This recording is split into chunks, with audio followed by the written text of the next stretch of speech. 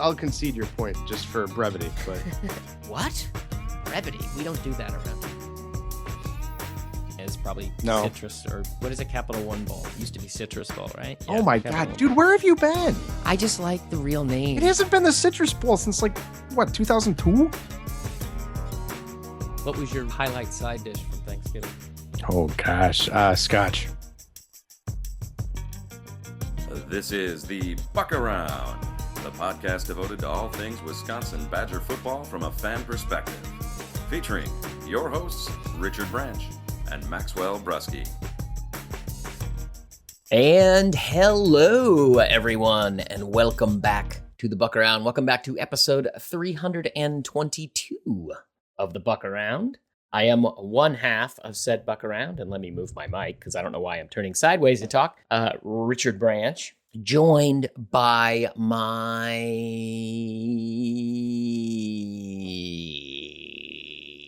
not enthused, we've been enthused lately, in-demand colleague, which I know I've used before, Maxwell Brusky. You're a busy man, Max, as am I. I'm glad we finally got together. We both are. And you know, it occurs to me, not totally off topic, that I think since we're talking about the Olympics and, you know, these swimming events, like the difference between being on the podium and off the podium is often 100th of a second, which seems to me it's like within the margin of error for the freaking instrumentation. Like I want to be like the fourth place person, be like, "You sure about this?" But I think if we had a timer on you and we could measure how long your O is in hello, it would be somewhat of a barometer of like your mental state or mood. Really? Like how the show's going to go. I'm thinking like how, you know, like how frazzled you are, or how like you got a lot going on, or you're like, "Hey man, I'm chilling. We got plenty of time," you know, kind of thing. Yeah, you know, it's like we were in the home stretch of summer, and that creates a little bit of chaos in the Branch household. So It there's does. a lot of juggling. And I can tell you it's been a kind of a hectic summer, which you will get into very shortly. But, you know, having to juggle, you know, second and third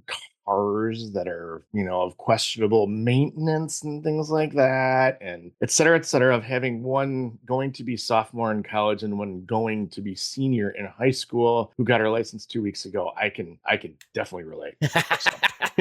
Even though they drive, you know what I mean? It has its ups and downs, put it that way. All right. What more ups than downs? So let's get to this. I know people want to listen to us complain about our middle-aged lives, but Well, let's get to it, because hell, we're talking about like actual football. yes, It's starting. There It's is starting. the you know, they turn the heat is on the stove, the pan is seasoning. We're about to drop the I love it. protein into the sizzle. That is That is the football good. season. So fall camp opened on Monday. We are, of course, recording a little later than we had planned just because our schedules are screwy. But we put these thoughts together. We're going to say up top, I think some of our stuff is going to be a little like, oh, well, obvious you're saying that after 2 practice reports. But honest Abe here. No, that's not the case. Kind of just wanted to walk through initial thoughts. And I am going to parrot something you said last week, which I had disagreed with last week, but I agree with in this situation. When you were talking about Luke Fickell and Big Ten Media Days, and you're like, I don't think he really said anything. And I was like, well, I'm going to push back a little bit. And, you know, we kind of talked a little bit, but I listened to, so it was interesting to me for fall camp, instead of having Fickell sit down and do, you know, one of those 20-minute things that Chris used to do, it was kind of more led by coordinators this time. So we got to hear from Longo, we got to hear from Mike Tressel, and I have to say, they didn't say a whole lot, quite frankly, when they were talking. I mean, nothing you hadn't already heard. I mean, Longo almost repeated word for word his stuff from the spring. I mean, he kept talking about how a lot of themes around second year in the system. We now have 35 coaches because as guys are lining up for drills, they're teaching the new guys, you know, with all the returning players in the offense, yada, yada, yada. There were only 2 things that I thought were interesting. I don't know how much to take from them. One was Longo was asked, you know, what position group or what facet of the offense has improved the most? And he paused and did say, oh, you're going to force me to answer with one. And I'm still trying to figure out how serious he was with the answer, you know, or if it was just like, I guess got to give him one and get it off my head. But he did say the receiver room had the most improvement. of any of the offensive groups through, I think he said continuity, which I just think means another year in the system in his mind. I'm curious if you really said to him, hey, like, was that clearly in your mind, or was it like you had 3 or 4 themes in mind and you threw one out there? Because he kept saying how the offense is deeper in every room. I mean, I think he said that 3 or 4 times, or some iteration of it where he said like the other one was, player 80 to 85 on the roster is significantly better than last year, which was just another articulation, I think, of the same idea. But he didn't really give you anything where he went, oh, okay, that's a new insight. He left me mostly curious about what he meant about developing leadership pieces on the offense. That was the term he used. Mm-hmm. And I don't know what that means, because we certainly have heard a lot about leadership so far in the fall. Even Fickle, when he spoke to reporters after practice, kept bringing up leadership. So I'm assuming that's kind of intentional, and it was kind of I want to figure out what that means more than anything. But I think it is intentional, and I think that's kind of the message that they're having on their second year in the system. And I don't want to say like it's no excuses, but like they're kind of like at the ready to move to the next level. And I think the leadership thing is really kind of part of that whole, if you think about it like in a corporate setting, right? Yeah. I mean, they like the basics are kind of done. We went through some growing pains. Now we're ready to move on to the next phase of building for success and building for future success. The other thing on the leadership thing too is this morning I got a notification on my phone, and my main sports app on my phone is the CBS, which, whatever. And I got a notification for a story by Brandon Marcello, who was a guest on this program. I think we had him when he was an Auburn beat guy. Yeah. for the Outback Bowl way back when, right? Yep. And he's a national guy now. And he's got a feature story on CBS Sports that's about Tyler Van Dyke, which I do want to touch on later. But the thing that stood out for me that he quotes Fickle saying is, we're working on leadership. And I told Tyler, improve yourself and improve these skills. But most importantly, and it's in the story, go read it, that be the leader, work on your leadership. So I think that's just kind of an overarching theme, which is a good theme. And I think that's what you really want to, I have no objections. I think it's good, and it's team building stuff. And, like I say, if you think about it, like in a corporate world or in a business setting or in, a military or, whatever the case may be, when you're about teams, you always talk about leadership and how that has to develop organically, and you can coach it, but it has to come from, the individual person. Like you have to, it has to, you have to build that yourself. I can only get you so far. And I think that's kind of what the overriding theme is. Maybe it's that player in particular as well. I absolutely think so. Well, the story is actually really good. Just about kind of the mental hurdles and all this stuff that, Van Dyke, I didn't realize that he came onto the scene so strong. Like it really is. Can you make a Russell Wilson comparison? Kind of, you almost can. I mean, just by the way that his freshman year was so strong. It was, what was it, 25-3, and then almost 3,000 passing yards. Like that was explosive, and he was being bandied about as a future first round pick. And I vaguely remember that, and I've been reminded of it just because I've met just in my travels and such. I have a good friend now that like in-game texting kind of stuff, who's a multi-generational hardcore Miami guy. So I've gotten to hear a little bit more on some Tyler Van Dyke scoop, but I had not realized that the dude was that good, and his freshman year was that good. And then you go through this coordinator change and head coaching change, and you go through all this stuff, and it always reminds me of if you're in this part of the country, a lot of Bears fans, where I think Jay Cutler, when he came to the Bears, I think he had I can't remember if it was 5 coordinators in 5 years or 6 coordinators in 6 years, but it was something that was just absurd, where you had to go through these different systems. And now, Van Dyke's had to do that in the space of a college career. I mean, that's not easy to do. I keep hearing that, and that's sort of the argument for the road back to redemption. And it was 25-6, by the way. I looked it up while we were talking. 25-6, okay. So you weren't far off. Still pretty dang good. It doesn't change the underlying point. No, it doesn't. Yes. Just so people don't email us, because that's what happened.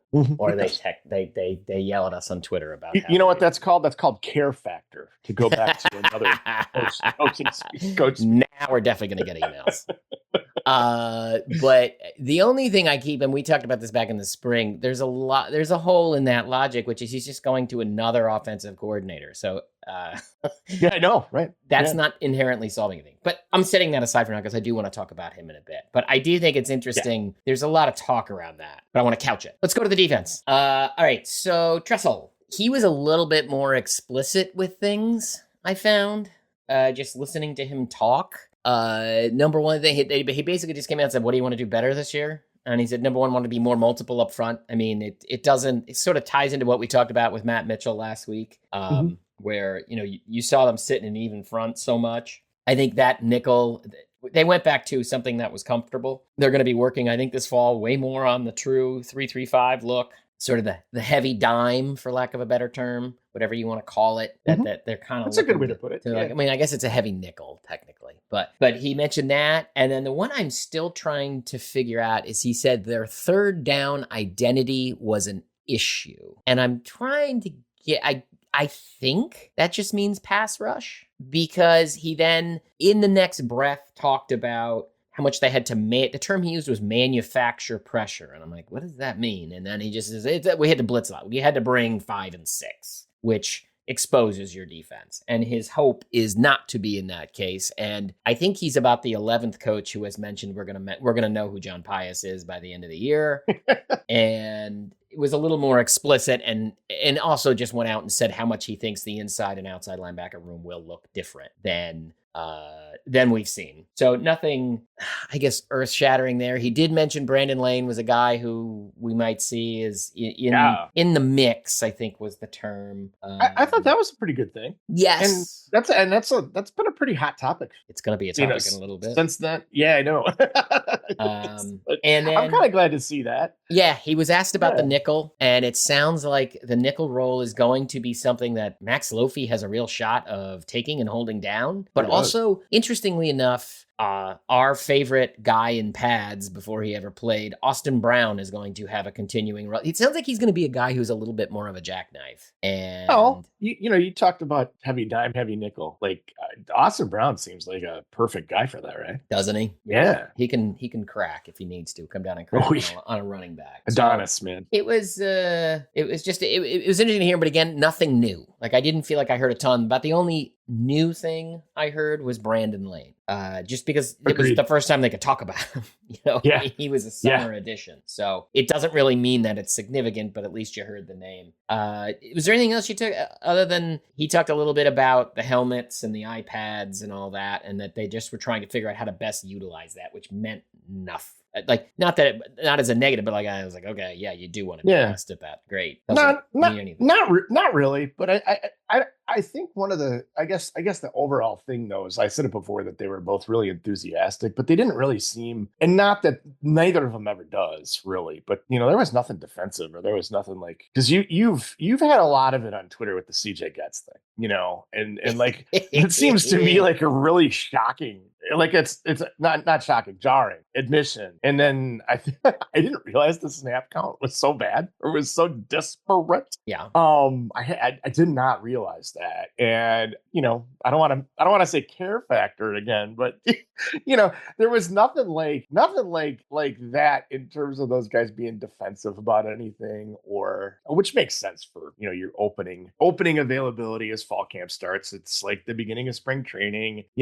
hope springs eternal and all that stuff. But they didn't sound like they were. Like they sounded like we've got our work cut out for us, but are excited about the job. And I just didn't hear a lot of apprehension, put it that way. Like there was nothing that came through in terms of like, still got to work on that a little bit, or I don't know. That was kind of what stood out to me. Yeah, I think so. I mean, I also think, especially on the Tressel side, I do feel like your concerns about the defense, I don't mean you personally, but you in the abstract, I do feel like they have done way more to articulate and address the concerns about the defense, quite frankly, than I think you've seen on the offensive side of the ball.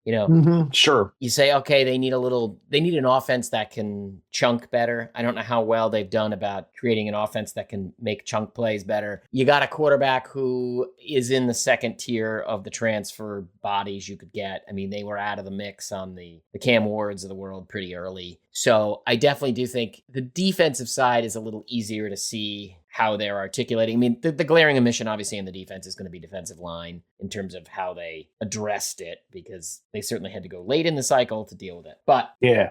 No, Well, I don't disagree. And I was going to say, before we move on to, I think the other thing with these guys, when I by these guys, I mean the staff, but specifically Fickle, Longo, and Tressel. I think they're all three of them have a confidence to say, like, dude, our stuff works, and we're like, look, this worked before, it's gonna work again. There's maybe an element of trust the process kind of thing, and I think they know that, because for both of them it was really, I mean, for all three of those guys, last year was big shot in terms of the success and maybe the injuries and even the care factor with Fickle. I don't know that any of the three of them quite realized what they had, or what they're like, how much work was cut out for them, right? Yeah. But they all three of them have come into this season with, like, to me, I think we're pretty, like, all three of those guys are at the top or close to the top of their profession. They're all really good at what they do. And I think they kind of conveyed, like, confidence and, like, no, this is, hey man, we had some setbacks, but our stuff works and it's gonna work and you're gonna like it. You actually just triggered one other thing I didn't mention that I'm curious to ask you about before we move on to our things to watch. Phil Longo said last year was the worst. It was the most injury-prone season he'd ever had with an offense in his career. Sure. He did.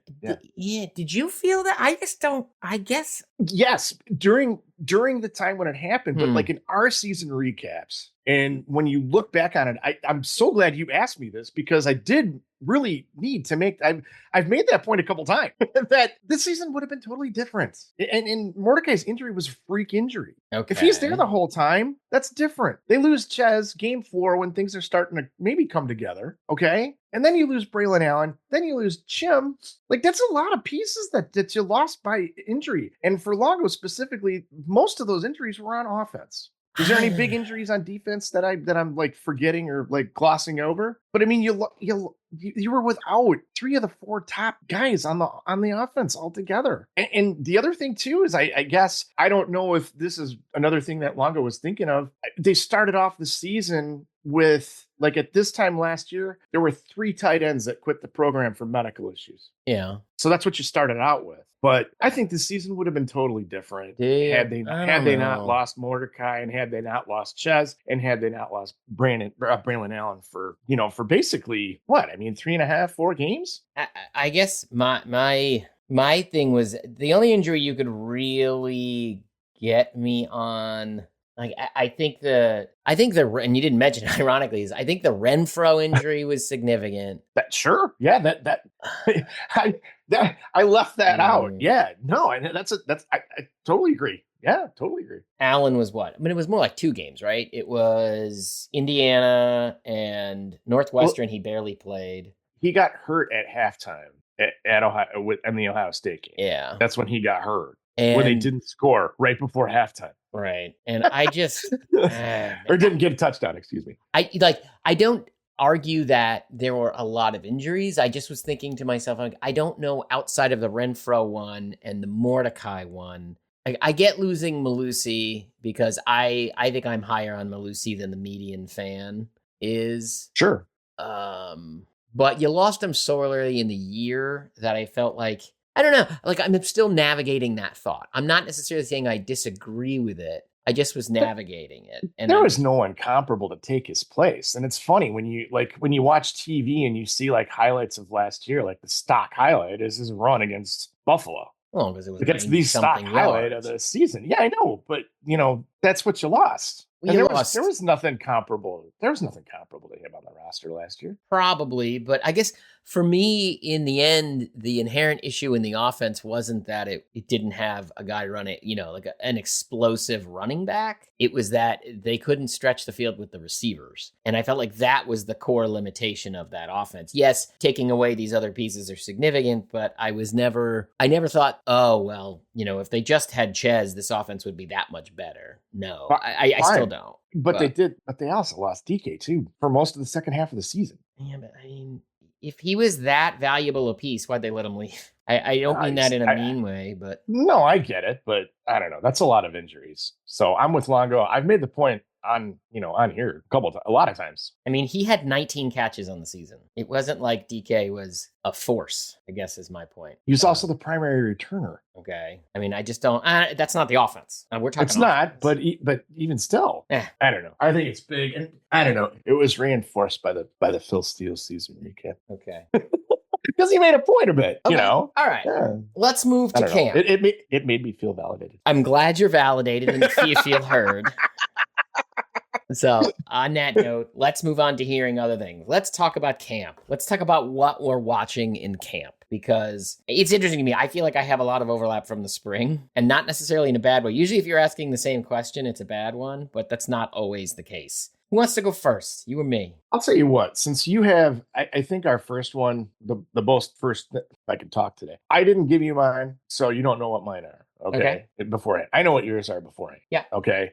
We both have number one. You have TVD needs to seal the deal quickly. Yes. That's how it's listed on our agenda. The way that I wrote it down last Sunday, by the way, before camp started, was quarterback chemistry with the wide receivers, tight ends, and running back. That's how I have it. Yeah. All right. Yeah. So I think that's basically the same thing. I guess so. Yeah. All I care is that Van Dyke, like this thing, I heard from Longo that Braden Locke I think his phrase was twice the quarterback he was last year. That's great. Longo isn't. But we've already heard Tyler Van Dyke elevated, separated towards the end of spring. It was becoming clear. Just finish it right now. Like this week. Want it over with. It is Thursday morning. Let's have it by Sunday that it's a 1 and a 2. Because I think if this thing drags on, it just means that he's lacking in something. And that's agreed.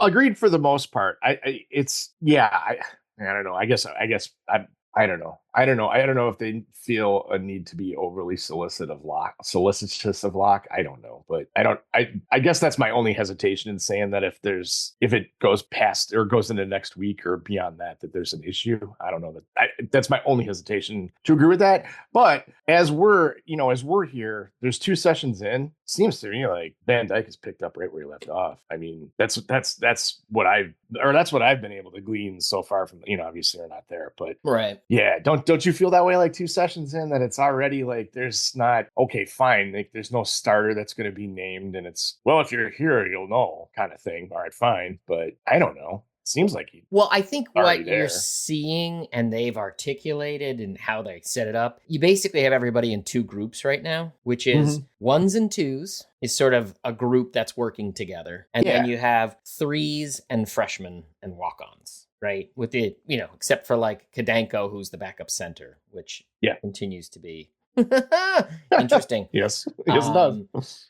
But I think for now, I mean, there's no other way it would work than Van Dyke and Locke being in the 1s and 2s. So I'm more curious to see how quickly, when they make the shift to starters and, 2s, if it happens right when that happens. That's the point I'm making. And I don't think it's very long until that happens. I think they're doing some experimentation with guys and trying to figure out maybe some of the guys in the 3s and freshmen, little preview, may get moved into the 1s and 2s. But we'll see where that shakes out. But that's what I want to see. As soon as they make that separation where it starts to be, these are the starters, like it should already be clear. Because there's enough people at practice who aren't saying, wow, Braden Locke looks like a totally different player. I don't care how much he's twice as good, according to the coaches. I haven't. No, I don't think I've seen that yet. So my point is, Van Dyke has to separate. And if he's not clearly separated, then you go, oh, man. I still don't think he's going to be. I mean, I've said he's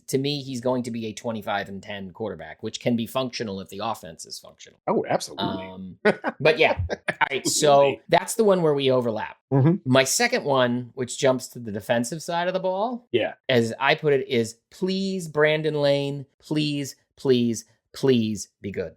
Because this defense does not have that. And I know there's been a little bit of reporting on it, but as you said, we wrote these before camp started. So take our word for that or not. But at least it sounds like he's in that mix, if not with Thompson and Neal, like the next one. Sure does. He's kind of a squatty dude in the middle, which I think kind of is important if they're going to have something that's going to be a little more stretched out with the longer linebackers behind him. So, all right, they need that. If they don't have that, we've already, had Elijah Hills for a spring. spring, who sounds like he's behind Brandon Lane. You got young guys, maybe they'll trickle in. But as of right now, until we won't really know on young guys, until they sort of make that differentiation to, okay, you guys are scout team for 2024, redshirting group versus, all right, these are the, 60 guys that are in the mix for playing time on this roster. I think Brandon Lane is to quote Princess Leia, the only hope until somebody else sort of trickles up. Wow. You had to go back to 1977. I'm very current, Max. That's pretty good.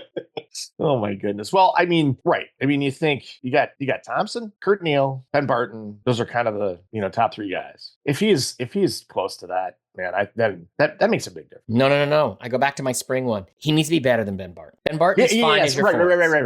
No. I agree. Yeah, because that was my one in the spring. How many guys are better than Ben Barton? And it's no knock on Ben Barton, but I know what Ben Barton is. Right. He's not Ethan Hemer. What's your second one? All right. My second one is sticking with the lines. Just would be the offensive line, and to kind of see like what progress that's been made, especially with Renfrow back after 2 seasons off, where he hasn't played at all. Play a little bit. I mean, play a little bit, right? But kind of seeing how that comes together. And I haven't. It seems like through 2 sessions, nothing's happened. But then the other kind of part of it is just kind of the depth behind it, because you talk about the reloads, or just going back to 10 minutes ago, what it would have been, what it was like without having Renfrow, without having a good starting center. You mentioned Kerry Kadenko, I know, and he seems to be the top backup center, right? He is. I mean, he's running with the twos. Yeah. And okay, I mean, I don't know what kind of player that is, and I haven't seen it, obviously. But then you have, I read something about James Durant, who put on a lot of weight, and how he's been look good at certain points, and then Barrett Nelson, and then the Leighton Nelson injury. I mean, okay, if he's not out for the season, he's definitely out. He ain't playing now, and he ain't gonna play anytime soon. So kind of how the depth shakes out. Mandel, Kevin Haywood, maybe Benchwall. ZB Benchwall's been around for a while, but those other guys they're all really young. Yep. And when that first 2 deep comes out, I mean, how surprised would you be to see 3-4 freshmen or redshirt freshmen? Well, it's kind of where you're just going to get by process of elimination. I know. But that's that's a big deal. If any of the starters goes down, you're at okay, potential talent. Okay. But you're throwing people into the fire. Yeah. Especially as the season goes on. I mean, if you're talking Penn State, Oregon, there's a lot of really big games down the road. Yeah, I mean, as Blazek put it, he knows who his 6 are. Yes. He needs his 7 and his 8. Which you're like, ooh. And it's not like it's a battle. It's like, do we have a 7 and an 8 in his mind? Fair and a spare. Yeah. So my I don't think that's his, but it's been put out there. Yeah. All right. My third one is, in the annals of this podcast, I have had many thoughts and opinions, and it may shock people in a decade to know, occasionally, very rarely, Max, those thoughts and opinions have turned out to be wrong. I mean, that might shock you. Oh, Rich, nobody's perfect. Oh, no. Well, I'm pretty close. But what I am genuinely enjoying, like I am fascinated to watch, is I am curious just how wrong I'm going to be about Max Lofy. Because in the spring, one of my things to watch was how many guys can pass Max Lofy. Because I have seen what he is, and I think I understand you're dealing with a skill set that's, what it is, and da-da-da-da-da-da. And then we heard about Max Lofy. Matt Mitchell told us last week, unprompted, you're going to see Max Lofy this year. Unprompted. And then you see, those little snippets from camp, and I watch the guy and I go, oh, that's a really athletic player. Who is? That's Max Lofy. Max Lofy is looking rangy and athletic as he's deflecting a ball to Tretch, where he's got this sort of like really quick jitterbuggy guy in front of him who he is using his body to leverage, but then also is moving as quick as him. And I'm like, oh, wow, he could be like a good piece of this defense. Like, he's not going to be an all-conference player, but he looks like he's going to be a really, reasonable piece to use. And I am excited for me to just say like, okay, this cornerback room, like what can they get out of that guy? And it also sort of resets my perspective a little bit on the younger ones. I don't worry about them as much anymore because if he's really elevated his game, okay, that's a good sign. Like that's a good thing to watch in fall camp. Like if he's much more the quick-footed, we need a guy to cover the slot in passing situations, and Austin Brown is going to be the bigger body for the run sets, that's a really nice little combo to have because it also means by extension, if like they're specializing Lofy like that and then bringing Brown in where obviously Lofy doesn't have the bulk, it means they also trust Latu a little bit more, which I think will be interesting to say. Because tied into that, it was so funny to see yesterday, I think they mic'd up Fickle was yesterday's, and he made a comment about Latu where he's like, I got to say something nice to him for once because I'm always yelling at him. It was like, oh, I didn't hear that. That's good. Yeah, because he was trying to get his attention to say you did something, well, but he didn't hear it. But so yeah, if we can see a really strong and functional Max Lofy, it means the room has options, and like that would be really nice. It would be really nice to be wrong about that. So fingers crossed. This is my Gillens to love of the 2024 season. Gillens to love. That was my first one, Max. That's one of my classics. Right there. Wow. You gotta own them. You gotta own them. Not Reggie Love. Yes, that Reggie Love. Yes. Yeah. That was, and not the Illinois one.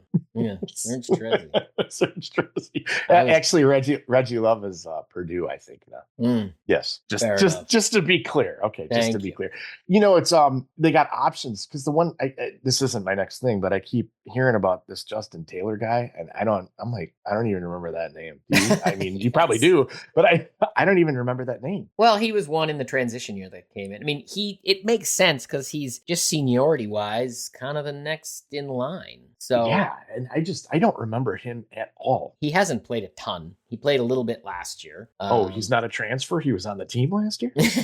Like seriously, I never heard that name before this fall game. Yes, man, he was. I mean, he played some on scholarship too. Mm-hmm. No, he's a good player. I mean, good. I shouldn't say good player, good pedigree. We haven't seen him play. Yeah. Okay. That was kind of the one thing there too. I don't know if this is related, but I think it is related because I think we can agree that the secondary, at least from a personnel standpoint, is a strength, if not the biggest strength of the team, potentially of the defense, without the linebackers yet. I mean, the linebackers are something to be excited about. So my third thing would be just overall pass rush. If they can have a pass rush that goes with this secondary and the talent in this secondary, they can have, I think you're talking about the defenses the way they used to be. I don't know about against the run, but against the pass, I think you're asking a lot out of that defensive line. The projections should be pretty good. Yeah. Is the pass rush going to come from the defensive line? I mean, I'd like to have some of it, obviously, but if you can have linebackers that are getting sacks or getting pressures, which I think seems to be, it looks good. And if you can get some kind of penetrating ability, and like I said, I have pass rush listed. So it's not,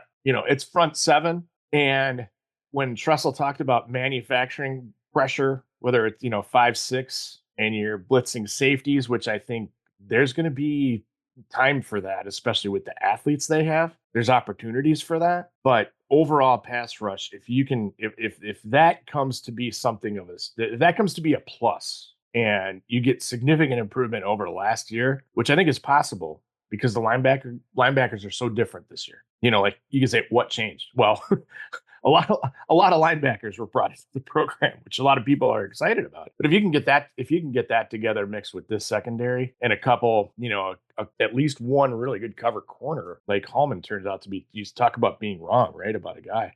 Mm-hmm. I'll take that one. I think the defense could be really special, especially against the pass. I'm not as bullish on the defense as a whole as the sentiment there, if that comes true. But the one thing I almost put on my list was I was kind of curious to see if Darrell Peterson ended up as the third linebacker. After I kind of regret I wanted to ask Mitchell last week. And I didn't. And it wasn't because I just forgot to. I think he would have given us a fairly straight answer. You wouldn't have backed off. Yeah, right. But I'm kind of convinced that Darrell Peterson's role is going to be third guy in at linebacker. And he's the rotational between the two. And if that happens, I think that's a good sign because I know what the player Darrell Peterson is. He's perfectly functional. Absolutely. He just is not twitchy. Like I know he's not a twitch guy and he's not a burst guy. And I've always said like he's that guy who hesitates at the point of contact. And unless that's gone, like I feel like if you want to have more of a dynamic pass rush, it's going to come from new bodies. So which there's plenty, yeah, both so inside and outside. But my point is, if we see Peterson more as the rotational piece there in camp, I think that's the sign that was kind of what I was going to mention. That's a tell. Yeah, that sort of coalesces that, but I just didn't put in there. Yeah. But let me go to my fourth one, and I promise I didn't put this one on the agenda. It is kind of related, but it this is remember I added one. That's now number 5. But I guess I could do that one. I don't know. Maybe you should just thematically. Well, because it's not as we'll do it. But this one is more fun for me. I am just curious at this point how much more we are going to hear about how many snaps CJ Getz played last year. Because if there's one thing this coaching staff is bitter about, is the guys behind CJ Getz last year, because they did not want to play CJ Getz 700 snaps. I heard Mike Tressel mention it in his press conference. We had Matt Mitchell talking about it last week. You had Luke Fickell talking about it at Big Ten Media Days. I have heard more about an outside linebacker from Wisconsin named CJ Getz than I have any linebacker on this team since like Nick Herbig was drafted. Well, the other thing too, I think there's something of a guilty mind at work there. They feel like they did them dirty. I think it's that. You know what I mean? Yes, because we did not put you in your best place to succeed, and that's what we want to do, and we feel terrible about it. Yeah, because they're mad at the guys behind him. But you can tell that they liked him so much, and he was such a good guy that this is what I'm taking from it. That like, dude, it's not your fault, but man, you stepped up like a man. Yeah, like, you could have complained, but all you did was keep busting your ass. Yeah, and it's not your fault, but man, yeah, like if he'd have gotten like, I don't know how many times I still have our under the radar players of the week. Yeah, I still have those, and I know he was there once. I didn't go back to see whether he was the underrated or under the radar player of the year. But, if you had an unsung hero, I think he sounds like he was it for those guys. Well, to your credit, you were the one that also picked up on it, so I have to give you a lot of credit there, because you were much more tuned into that than I was. But let me go to my next one. Sure. One that's a little more real. Yeah, that is a related concept, though. It has a lot to do with the pass rush, though. Yeah, sure. 100%. Yes, yeah. I was hoping in fall camp, because we saw getting to Tuca in the spring, sort of get a shot, and you get like, okay, probably a depth. He's heading towards a red shirt. Let's worry about him in the future, probably, just because he had an opportunity there to poke his nose in. Sounds like he was a little bit. He's still young. Okay, put him on the shelf for now. Nate White had an opportunity. Sounds like we're putting him on the shelf for now, which when you're in your second year and I'm not hearing anything from a running back, I start to. But I was hoping to see something from Dylan Jones or Darion Dupree, because yes, that there is a safe option in Yakameli and Acre as a third running back. I think they can still both be in the offense in some way. But if you're looking for, okay, what about the future of this position after this year? Do they have a difference maker at running back? You need somebody to spark. So that's what I'm looking to see, is if one of those guys can percolate up. I know Dupree is the talk initially because he had that catch against Jaheim Thomas in those one-on-ones, and he looks physically the part, and Fickell has sort of mentioned it. I'm going to be curious, let's not jump on the hype train yet. Again, same thing. When we start to see that split between, like the threes and the freshmen, does he end up in the 1 and 2 groups working there a little bit more? That's going to be the tell, I think, for us. And that's going to be the part that I'm watching, because it sounds like maybe it's going to be him. So you would like to see a freshman sort of like, I was thinking back to the last time you sort of saw this work in the ideal. It's like back when Corey Clement was the third back, way back in the day, the way you saw that guy fed it, and you're like, oh, okay, there is a transition that you can see that can come. So hopefully they get in a spot with one of these guys. But was it 14 or 13? Probably 13. I think it was 13 too, but I remember he came in those first 2 games, and the game was well in hand. Yeah. State or Tennessee Tech. I can't remember. I forgot what the other one was. And he goes in and rips off like a $1.25. And so it just lets you know there's something in place, and you hope to see that with like if Yeah. you can have if Dupree could just be put into a role where they trust him to be sprinkled in 8 or 10 snaps a game at this point, that would be fine. Like I'll take that. Yeah. That's kind of what Yeah. I'm looking for. Yeah. What else you got? All right, so that was 5, sir.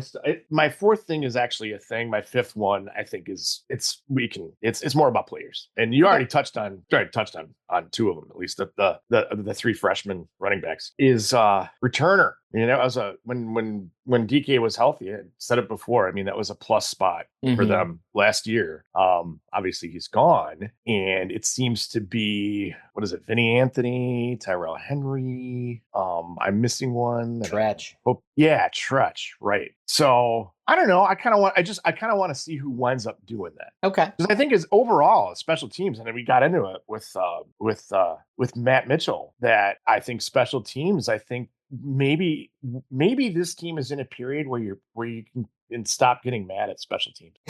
Maybe they've turned a corner, but like think about it. Over the past 5-6 years, you've had like kickers that were, I don't know, mediocre. Up and down. Yeah, up and down. I mean, it was really exciting, and I was glad to be there in, was it 2018 or 2019, when the big leg guy kicked a 63-yard field goal right before halftime. But that dude never kicked during a game. Yeah. That was like just for fun. When the game was on the line, there was a lot of missed field goals. I know they beat Minnesota in 2020 on a field goal, and I think everybody felt like there is a God. Like, you know what I mean? There was, wow, we actually won on a field goal. So there's that, and I think I thought Bertram's, had some growing pains, but against Iowa, I mean, he was pretty much toe to toe with Torrey Taylor in that game as far as punting. And I don't know if that was kind of a thing where, like, it's I'm going against my big brother, so to speak. And I got to show out a little bit, but I think Bertram's has the potential. If you can get the returns down, it sounds like the coverage units are going to be better. And if they're going to, if they're going to be using starters on them, I think it's good. But if you have an explosive guy, and I don't know, do you think Anthony or Tyrell Henry is? I don't know. Tretch certainly appears to be, a potentially explosive return guy, and probably better as a punt guy than a kick guy. And I don't know whether they'll split up that job, because it is, it's a little bit different skill set, a little bit different body style, that sort of thing. But if they can get that down and get, I was trying to think.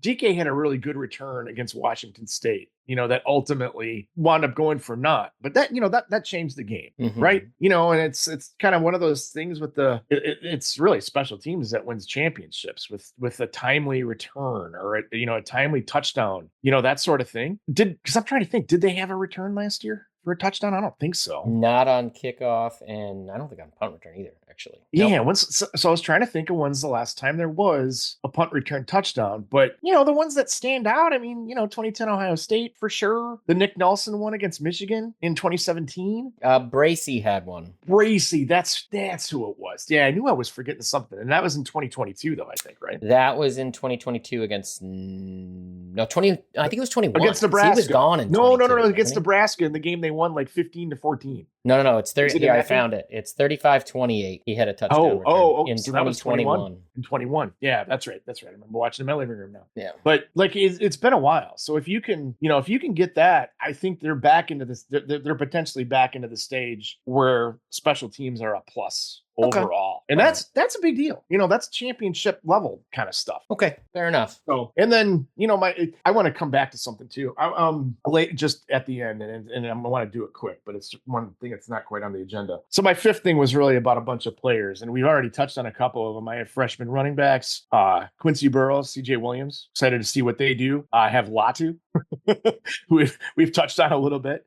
James Thompson, of course. Tight ends, to see how that group kind of comes in and who's getting the playing time so far. I mean, Tucker Ashcraft seems to be the dude right now, but and I think I saw a highlight with Matoyer tossing like a 30-yard touchdown pass to Grant Steck. They're still in that other, not the 1s and 2s group, right? But if Steck is there physically to do what Ashcraft did last year, I don't know if there's enough there. The other thing too, you saw in those one-on-ones that Nowakowski's, still clearly in the mix. Yeah. Is an interesting kind of player. I don't quite know how he fits in. And then Jackson Aker too. I don't know where he's necessarily going to fit in, but he's got some size and he's got some athletic ability, as a running back or something else.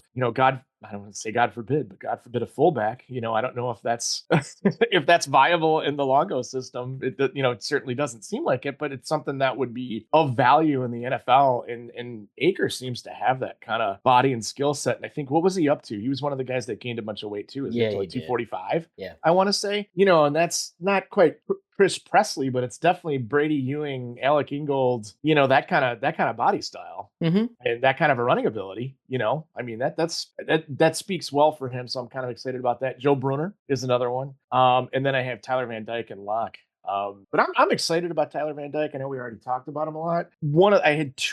I mentioned one thing just a minute ago, but one thing I saw is that at least in the composite stuff, Braden Locke was actually a higher rated recruit coming out of high school than Van Dyke was. Okay. Did you know that? I felt like he was about it's not, that. we're talking about, a minimal difference, right? Yeah. But yeah, so just, something to think about anyway. Yeah, no, they were sort of like the high three. I mean, they're both in the same neighborhood in my mind. Exactly. Yeah, exactly. And I don't know that people necessarily, like when you talk about the two of them, I don't think people really think of it that way. I mean, it's fine. It's high school. It's a long time ago, but even still. Yeah. Only other thing I want out of spring is please just tell me where my scholarship grid is wrong, because assuming everyone carried over their scholarship from last year, they're at 86 and they're not at 86. So somebody is no longer on scholarship that was. And interesting. I just want to know who it is, or somebody's not there. It wasn't Max Rader. He was a walk-on. Yeah. Yeah. Say he's the only one who has left the program or retired. Yeah. So he's the only one who's not on the roster. So I'm kind of scratching my head. It's got to be, a Nowakowski or a Pfeiffer or one of those kinds of guys, like who's on for a year. Maybe they took him off. So that's a very petty thing. That's just for me in spreadsheet. It is a petty thing, but I'm glad you mentioned Pfeiffer because they're replacing an All-American long snapper who actually, for many listeners of the audience, I saw him was released by the Packers, but he must have been a waiver thing because he did get signed by the Packers, who are they could use a long snapper. He's in the different mix. topic, but bringing in Pfeiffer, who is an all-conference level long snapper with 2 years remaining, it's a big deal. No, he's not 2 years. Big deal. It's a 1 year. Are you sure? Oh, I thought it was 2. Anyway, but it's a big deal for special teams, just to go back to what I was saying before. And I forgot to mention Pfeiffer too. All right. So what did you want before we go? Because I think all right. I've given this everything. Is brief, and this is part of my Make Rich Cringe segment. Oh, no. That I like to do from time to time because it involves, I always get to Phil Steele. People can say what the hell they want, but I love it, and it is what it is. One of the things, if you know the magazine, there is national position rankings, and I'm looking at that, and the Badgers actually fare a lot better than I think people might think as far as positionally. But here's the interesting part. Okay, you're not going to know much about this team until they play Alabama, at least in my mind. They should.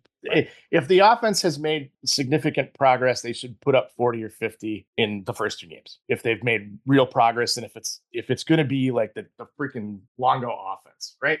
So I'm thinking Alabama, which did you see that the line is 8.5? I haven't seen I'm not a guy who looks at lines. I'll be honest. I'm not either, but I was wondering what it was going to be. I only saw it, I think, yesterday, and I was reading it in an article because I don't gamble. I don't look at lines either, but I was interested to see what that one was going to be because I was figuring it would be 13.5, something in that range, 8.5. And I think part of it is here's why. Quarterbacks, obviously, they have a good one. Bill has Alabama's at number 4. I don't know. You watch Jalen Milroe play, pretty inconsistent, mega talent. He's got Wisconsin, believe it or not, at 52. Okay, that's not great. But what if Tyler Van Dyke goes back to freshman year Tyler Van Dyke? Okay, that's pretty significant. I don't know how much of that is, but that's the most important one. Offensive line, or running back, excuse me. Alabama's not your typical, they're at 26. So that's not, there's no Derrick Henry. There's none of that. Like they've had, and I know what did they lose? Like 40 transfers? Something like that across the team? Yeah. He's got their running backs at 26. Wisconsin's at 33. That's pretty much of a wash, if you ask me. Yeah. All right, receivers. Okay, that's another one. Now, Alabama has typically puts what 2 or 3 first round draft picks in the NFL Right. at the position. This year, he's got them at 29, and they lost. Was Isaiah Bond? The top guy. Now I know Mhm. everybody who's playing is a 5-star. I get it, 4 or 5-star at least. I get it, but he's got them at 29. Where do you think Wisconsin's comes in? Receivers. This includes tight ends too. Probably in the 30s. It is. It's 37. Yeah. That's not far behind either. Mhm. Okay. All right. Offensive line. This is where it gets really interesting. He's got Wisconsin's at 15. And basically, the way he does it, there's like descriptions for the top 15, and then the rest of them are just numbered. Mhm. Wisconsin's at 15. Alabama, who has won 2 out of the last 4 Joe Moore awards or something like that. What's Alabama's, the Joe Moore Award, Max? The, Is that the top offensive line, Rich. Got it. Remember, this is the Make Rich Cringe segment. Yes. Okay. That was for the other listeners who might not have that on the tip of their tongue like I do. Right. It's actually new. I think it started in 2015 or 2016. I think Michigan is the reigning. This is gripping. Yeah, gripping. So Wisconsin's, he's got 15. Alabama's is at 16. So that's a wash. Almost, Okay. Right? All right. Defensive line. Here's where it gets a little bit scary. Mm-hmm. Okay. And this is, absolutely. And, Max's number one rule of football. Alabama, though, he's got it 14. I mean, I could go back for the past 5, 6 versions of this magazine. Alabama is usually the top 1 or 2 or 3. Okay. They're all the way down to 14. Wisconsin, of course, is all the way down at 58, which actually I'm surprised they weren't in the top 61. There's 61 listed. I'm surprised they made it that far. I was about to say, I was going to guess 75. Yeah, that's what I would have guessed too. That's what I would have guessed 70. too. So there's some respect there, but that to me is like the first real significant difference if you take Tyler Van Dyke, starting off, fitting in, doing good things as opposed to Jalen Milroe, who I think can be Well, let me ask you coerced into having a bad game. What are the I was teams at one last year. What are the teams around Wisconsin at 58? Okay, the teams around Wisconsin's at 58. So 55, Wake, 56, Purdue, 57, Ohio University, Bobcats, 59, University of Virginia Cavaliers, number 60, Texas State Mean Green, number 61, Rutgers, number 62, Fresno State. You get the picture. But it's interesting that, Rutgers, I mean, that's 2 Big Ten teams. So they're, low, like bottom half of the Big Ten as far as defensive line goes. As it stands, the other teams, Ohio State is number 1, Penn State number 2, Michigan number 4, and Iowa at number 13. Linebackers. Now, I'm not going to go into Iowa, but Iowa has the best linebackers in the country, the best room in terms of Phil Steele. For people who can't see at home, I'm waving. Hurry on. You're waving, yeah, because this is Make Rich Cringe segment. All right. Number 9, Wisconsin. Uh-huh. Alabama, oh my gosh. Where's Alabama? It's number 14. Oh boy. Again, last 5, 6 issues of this magazine, Alabama's like 1, 2, or 3. So that's probably a walk. Defensive backs. Another one. Alabama, multiple first rounders. They are at number 10 for Phil Steele. Wisconsin, number 12. Number 12. Okay. All right. And then lastly, as I was talking about special teams, Alabama is actually numero uno, the best special teams in the country. Wisconsin, however, is at a respectable 22. Okay. So I don't know. I thought that was interesting and a little bit interesting exercise going into fall to kind of see where you match up against. I don't know. That's your toughest opponent, isn't it? Yeah. I mean, it's a home maybe game, Oregon. Oregon's talent is pretty much up there with Alabama, but another home game. But as an 8.5 favorite, Wisconsin doesn't really. They don't compare that disfavorably, right? I mean, and you look at that, I mean, take it for what it's worth, but we'll see. That's not that far off. I mean, it's interesting, though, when you look at the All-Americans, there's not nearly as many as Alabama usually has. There's a bunch of Oregon guys on there, but, and the only ones that are even kind of like hovering around there, last year, Braylon Allen was like first or second team preseason. There's no guy like that. The closest is Hunter Wooler. So yeah, but we'll see. It's I thought it was an interesting overview of the talent that's here. And if it can, if you get a couple things to turn right and a couple things that outperform, I don't know. It's fall camp. It's the time to be very optimistic. Real football's back, and I don't know. I'm excited about this team. So. And I felt again vindicated. All right. So, Well, Max, thank you for putting up with the Baker Ridge cringe. Yeah, you have no idea how the ringing in my ears right now, Max. I do. The listener may or may not. All right. Well, I thought we'd be long before that surprise segment, so we didn't do a big picture, and I was proven right, and now we're definitely way too long. So We'll let this go. We're probably gone next week. We'll give us a little time to let camp sort of percolate a little bit, and we'll return with the big stories and what they mean and some big pictures following week or maybe late next week, all that kind of stuff. And anything else besides that? No, not at all. And thank you for the indulgence. Why are you thanking? Thank Cody if he leaves it in. How about that? All right, Cody, maybe a tip this week. I don't know. All right. Until the next time. Until the next time. Bye-bye, everybody. Enjoy the conversation? Head on over to buckaroundpodcast.com to find all the ways to connect with the show, links to our Patreon page, and feeds for every major podcasting platform. We want to thank each and every one of our patrons. You make this podcast possible. This has been The Buck Around, Badger football analysis from a fan perspective.